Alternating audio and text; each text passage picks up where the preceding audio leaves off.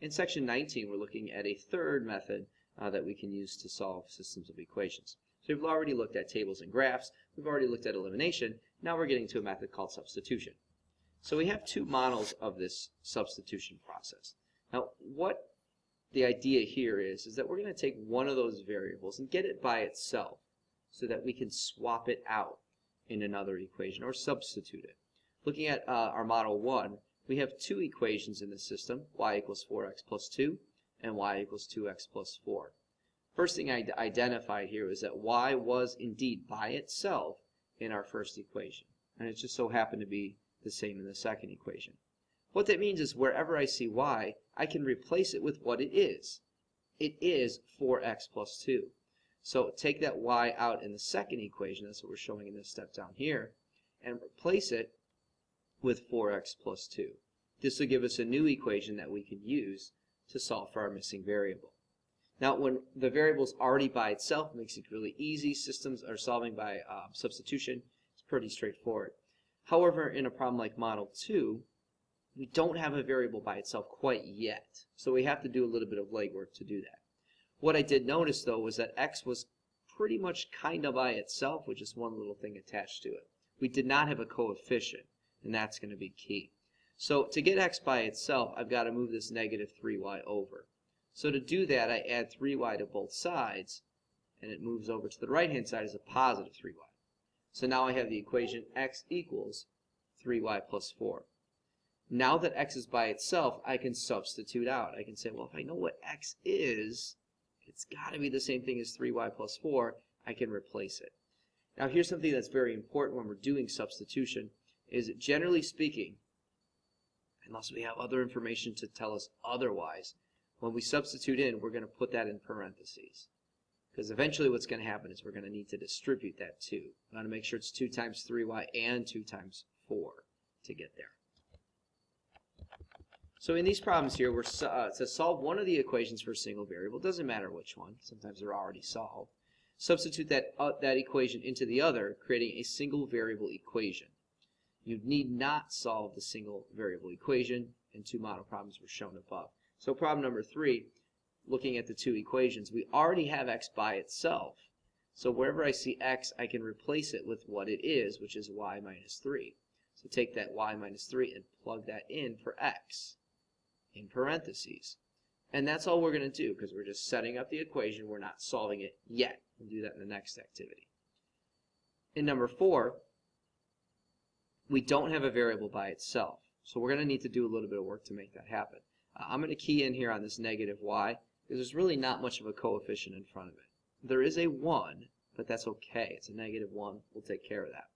So to solve for y, I actually did something a little counterintuitive. I moved the y over. I added y, and then I had to add the 12 over here. So what I end up with is y equals 3x plus 12. Now that y is by itself, I can substitute out. I can take that y and replace it with 3x plus 12. And then from there, I can plug that in, and here's my equation. Now, if for some reason you had solved for x, you could totally do that. It's perfectly legal to do that. It just looks a little bit more disgusting. You have 3x minus y equals negative 12. We're going to add y over and then divide by 3. This is what we're going to have to substitute into here. I want to avoid that if I can, because this is the equation that I'm left with. 2 times this quantity plus 5y equals 26. Not a nice problem to solve. And number 5 and number 6 are kind of more of the same. Now once we have y by itself, we can just replace it in there. And y by itself, we can just replace it in there. And that sets up our new equation. In activity number 2, we're going to go ahead and do that. We're going to solve using any method that we want. If elimination was more efficient, we should probably do it that way.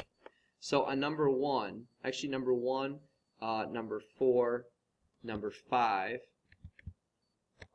and that's the only one I'm kind of keying in on here. Those were, to me, obvious substitution problems because the variable is already by itself right from the get-go. So on number 1, I just replaced y with 2x minus 2.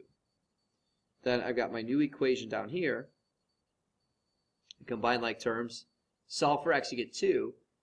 And then to find y, you're going to plug that into here. 2 times 2 minus 2 will give me 2. So my ordered pair, my answer then is 2, 2. On number 2, this could be done using substitution, but you don't have to. I thought in this case the easiest thing to probably do was to use elimination, because x and y are on the same side, probably the best thing for me to do. So I multiplied the second equation by 3 and brought that down. So this is my top equation brought down. This is my second equation here. And that will eliminate my y's. Once I do that, I can add my x's. I get 4x equals 8, so x has to be 2. Now that 2 can go into any of the 4 equations I see. It does not make a difference. I went back to an original one right here that was fairly easy to work with. If x is 2, then I can quickly find out that y is 2 as well. And that's my ordered pair. On number 3, there wasn't any kind of dead giveaway to me on which method I should use. You have options, and potentially you could bring y over and then use elimination. But I went ahead and just said, why don't I solve for y here and then substitute it in. I thought it would be pretty easy to solve for y. So take the 4x away, and you're going to have 3 minus 4x, and that's equal to y. And then take y and plug it in here to the top equation. So we have negative 3x equals 3 minus 3 minus 4x. Solve for x, we end up getting 0. And then take that 0 and plug it in. Again, anywhere you want, it doesn't matter. I did go to an original equation just to keep it a little consistent. And we have y is equal to 3. So my ordered pair is there for me. I did want to talk about number 4 and number 7 because those are those special case situations where things kind of break down a little bit for us. So number 4, that was again a substitution problem.